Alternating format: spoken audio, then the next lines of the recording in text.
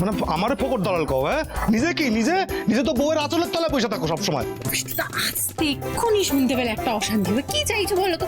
তুই করো না, নিজের কাজটা করো, জোর কথা বলো। করতেছি। কেন এটা বল। এটা খারাপ না কিন্তু।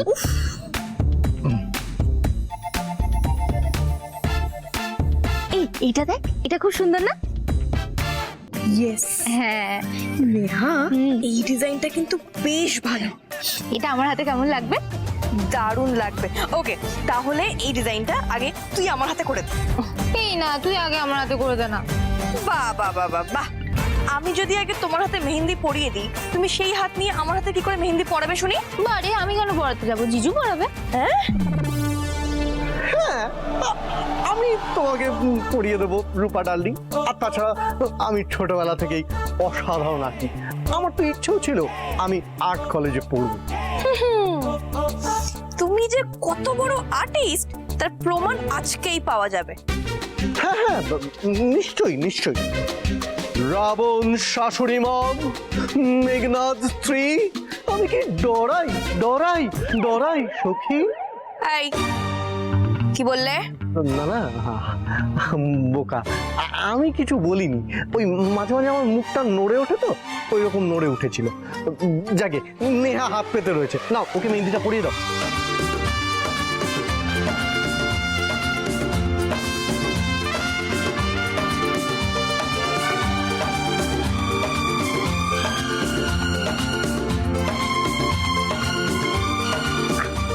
ওয়াও, কি ফ্যান্টাস্টিক লাগছে। রংটাও কিন্তু ভালো হবে। জিজু, এবার তুমি দিদিয়াকে পরিয়ে দাও। সর্বনাশ করেছে। আমি আবার পারলে হয়, কিন্তু ভয় পেলে চলবে না। जो डर गया सो मर गया। কই কই দেখি, হাতটা দাও।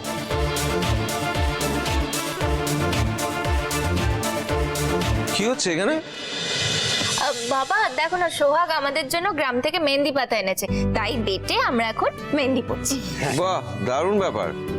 এই যে তোরা বলিস সোহাগ তোদের ভালোবাসে না, এখন এক সেকেন্ড বাবা, তোমার প্রশ্নের উত্তর দেবার আগে তুমি আমাদের একটা প্রশ্নের উত্তর দাও তো। বল, কি জিজ্ঞেস করবি বল।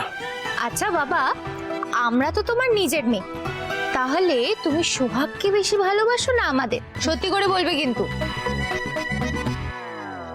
দেখ, তোদের সঙ্গে তো আমার একটা রক্তের টান আছে, আর রক্তের সম্পর্কে তো টান থাকবেই।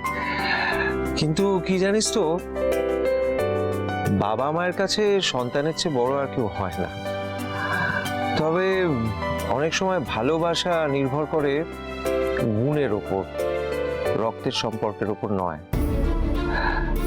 যার গুণ আছে তাকে ভালোবাসার জন্য হাপিত্তেশ করে বসে থাকতে হয় না। ভালোবাসা এমনি এসে তার কাছে ধরা দেয়। বাবা শ্বশুর কিন্তু ঘুরিয়ে বুঝিয়ে দিলেন যে উনি সোহাগকেই বেশি ভালোবাসেন। আর তাছাড়া সোহাগকে তো ভালো বেশি বাঁচতেই হবে। সোহাগের কত গুণ, কি সুন্দর মেহেন্দি পাতা বেটে কি সুন্দর কালার বার করে দিল, তাই না? শর্ত, তুমি একটু কম কথা বলে আমার হাতে মন দিয়ে মেহেন্দিটা পরাও। এই তো পড়াচ্ছি। পরাও।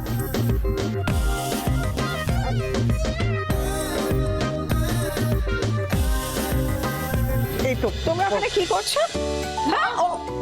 ওয়াও, মেহেন্দি পড়ছো, গুড, ভেরি গুড। তুমি পড়বে মা? হ্যাঁ, পড়াই যায়।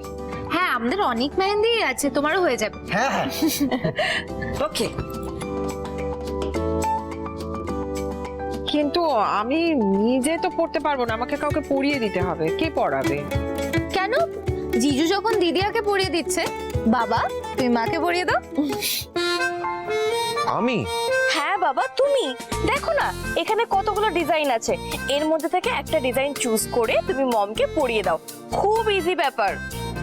না, সেটা বুঝলাম।